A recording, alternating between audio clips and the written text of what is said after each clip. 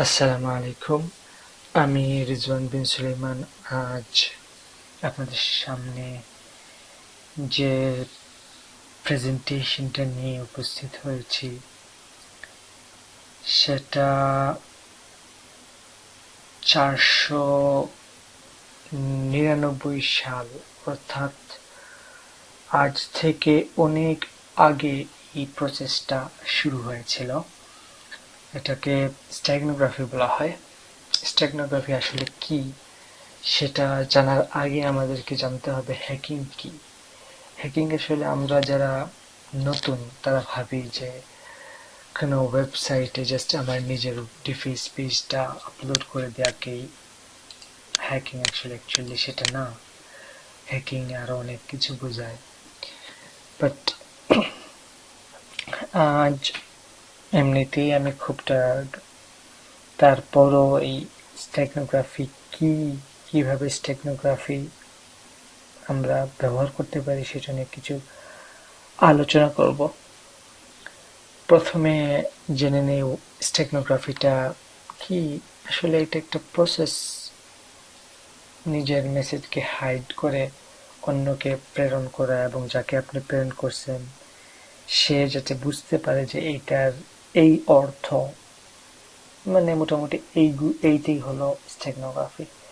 অর্থাৎ আপনি যাকে মেসেজ পাঠালেন সে যাতে বুঝতে পারে আপনি কি পাঠাইছেন এবং ওই মিয়া যাতে আপনি যা পাঠাইছেন ওই মিয়া যাতে সেটা এনক্রিপ্ট ডিক্রিপ্ট করতে পারে, এটাই হলো মেইন কনসেপশন।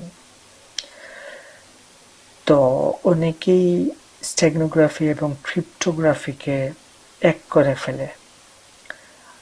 এখানে আমি বলতে চাই, এখানে আমি এটার ডিফারেন্সটারে আমি আলাদা করতে চাই। সেটা হলো ক্রিপ্টোগ্রাফি এবং স্টেগনোগ্রাফি দুইটা আলাদা জিনিস, বাট সিমিলার।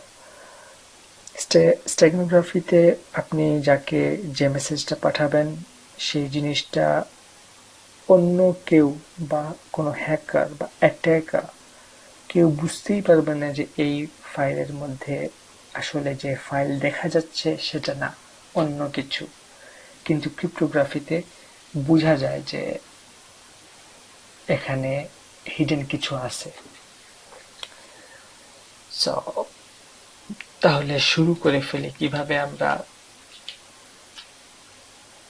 এই, মানে আমাদের কোনো ফাইল, অর্থাৎ আমি সেই ফাইলটা হতে পারে image file, video file, audio file, text file, এই ফাইলের মধ্যে আমার সিক্রেট মেসেজগুলো ঢুকিয়ে দিতে পারি কিভাবে সেটা আমি দেখাবো। এর আগে আমি একটা ঘটনা বলি। 499 সালে পার্সিয়ার রাজা, নাম যেন কি ছিল আমি নিজে ভুলে গেছি, আমার আবার শর্ট মেমোরি লস, গজনির মতো শর্ট মেমোরি লসে একটা প্রবলেম আছে। সো থাক, ওই সাল আমি আসলে হিস্ট্রিতে খুব উইক একটা স্টুডেন্ট, ওই সালের পর কি নাম ওইটা জানার দরকার নেই। উনি কি করতেন, উনার কাউকে কোনো মেসেজ পাঠাইতে হলে উনি একজন লোককে ডাক দিয়ে আনতেন, আনার পর ওই মিয়ার চুল কেটে ফেলতেন, চুল কেটে মাথায় কোনো মেসেজ লিখে দিতেন। ওই মেসেজটা ওই মেসেজটা উনি লিখে দিতেন। লিখে দেওয়ার পর তিনি ওয়েট করতেন এই চুল যাতে বড় হয়, যতদিন পর্যন্ত বড় হবে না ততদিন পর্যন্ত অপেক্ষায় রাখবেন। তারপর যখন বড় হলো তখন এই মিয়াকে পাঠাবেন যার কাছে উনি মেসেজটা পাঠাইতে চাইতেছেন তার কাছে। ওই মিয়া আবার বুঝতো যে এই মিয়ার চুল আমি যদি কেটে ফেলি তাহলে এখানে একটা অনেক গুরুত্বপূর্ণ মেসেজ আছে। এইভাবে আসলে এই স্টেগনোগ্রাফিটা শুরু হয়। তো আমি দেখাই আজকে কিভাবে স্টেগনোগ্রাফি। স্টেগনোগ্রাফি করার জন্য আপনাকে প্রথমে একটা সফটওয়্যার লাগবে, সেটা হলো সিক্রেট লেয়ার লাইট। এটা আমার কাছে বেশ ভালো লাগছে, অনেকগুলো সফটওয়্যার আমি ঘাটাঘাটি করে বের করেছি, but I think that this software is the best software because you can hide your messages in this software using many more images like JPG, JPEG, BMP, and many other formats. এখানে আমি add image ধরেন আপনি আপনার গার্লফ্রেন্ডকে Impress করতে চান কিংবা ওর বাবাকে লুকানোর জন্য আপনি একটা কথা আপনি বলতে চাইতেছেন আমি তোমাকে ভালোবাসি, আই লাভ ইউ জানু, বাট এইটা তো বললে বাবা ওই মেয়ের বাবা দেখলে তো আর খবর আছে। আপনি কি করলেন, একটা ইমেজ দিলেন, এই ইমেজটা দিলেন, এই ইমেজটা দিয়ে ওপেন দিলেন, সরি নেক্সট। এখানে আপনার মেসেজ দিবেন আই লাভ ইউ জানু, just wait a while, like you said. I'm coming back. এটা লিখে দিতে পারেন অথবা অন্য কোনো ফাইল এখানে অ্যাডও করতে পারেন। আমি এখানে জাস্ট লিখে দিচ্ছি টাইম ক্যান্সেলেশন। এখানে পাসওয়ার্ড দিতে পারেন যাতে কেউ আপনার পাসওয়ার্ড ছাড়া এনক্রিপ্ট করতে না পারে, ডিক্রিপ্ট করতে না পারে।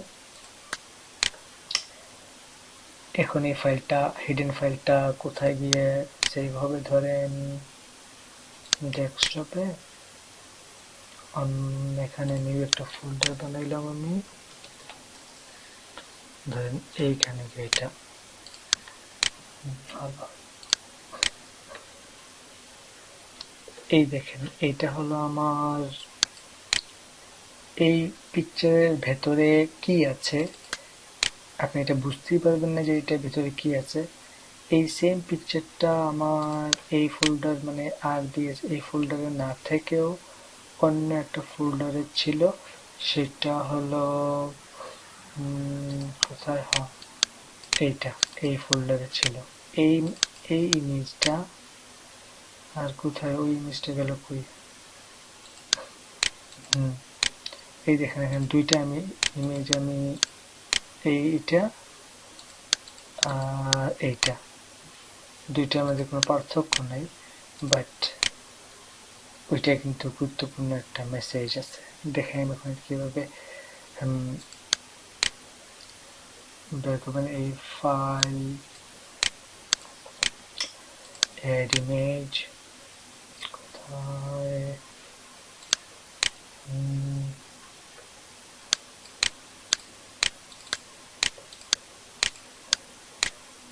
নেক্সট। এই দেখেন এটা সেভ,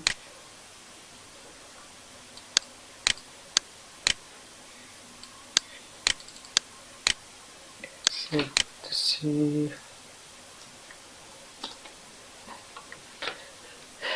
কই,